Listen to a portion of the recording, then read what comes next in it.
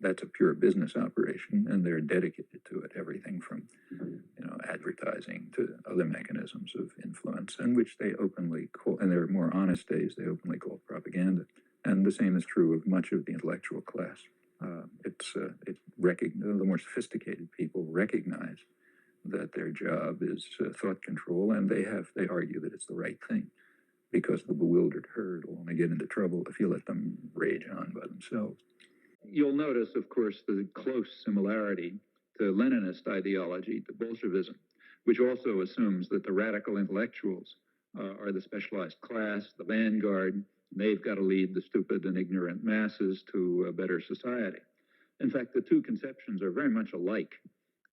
I think that's probably one of the reasons why there's been historically such an easy transition from one to another.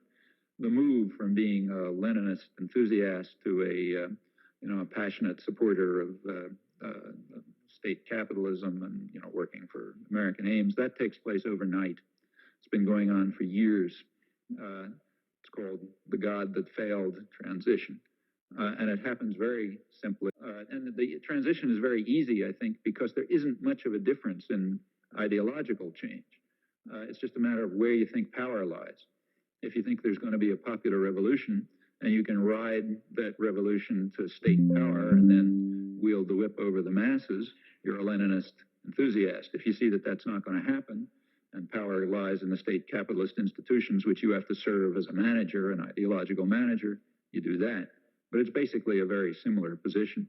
And in fact, in the last century or so, since there's been a more or less identifiable secular intelligentsia, I think you find typically that they fall into one or the other of these two categories.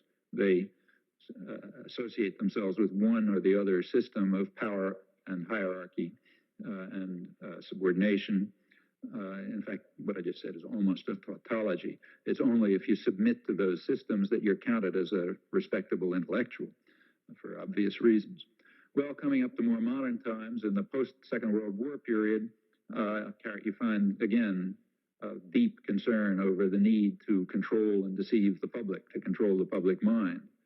Presidential historian Thomas Bailey wrote in 1948, at the time when we were sort of setting off on a new war, the Cold War, he wrote, "Because the masses are notoriously short-sighted and generally cannot see danger until it's at their throats, our statesmen are forced to deceive them into an awareness of their own long-run interests.